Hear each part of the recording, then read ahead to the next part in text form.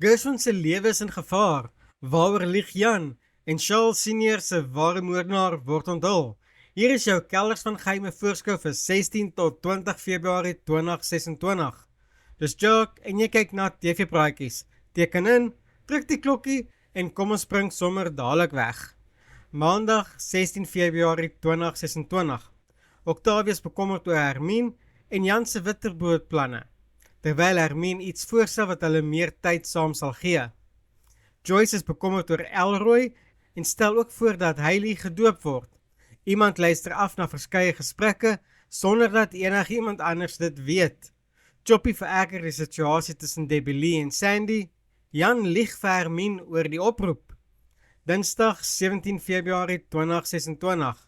Jan en Hermine ontmoet Pieter, nog 'n kampeerder op die terrein, en dan word Jan weer gedwing om vir Hermine te lieg wanneer sy hom met sy foon betrap.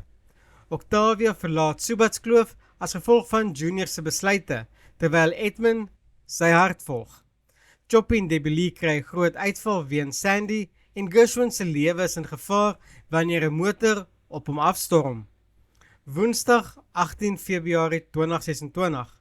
Jan se houding teenoor die mondige Pieter ontstel Hermine.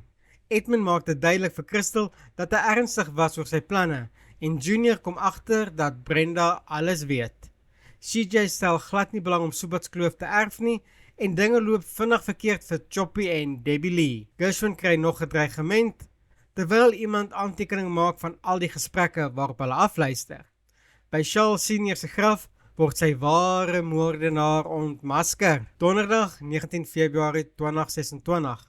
Edmund kry verrassende antwoord van Crystal. Gershwin deel sy plan om Elroy te vang, maar ongelukkig vir Gershwin mis die motor nie sy teiken die keer nie. Edmund maak 'n verrassende voorstel aan Junior oor wie hy dink die nuwe kelderbaas moet wees.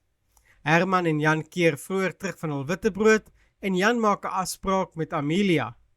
Vrydag 20 Februarie 2026. Jan word gekonfronteer met sy verlede wanneer hy aangesig tot aangesig kom met Lida en Amelia. Veronique se poging om die plaas te beheer verloop volgens plan. Edmund berei voor vir sy vertrek na Italië.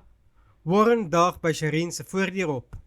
Hailey se doop ontaard in 'n groot drama wanneer Gershwin nie opdaag nie en Hailey verdwyn. Dit was jou kelders van geheime voorskou vir 16 tot 20 Februarie 2026.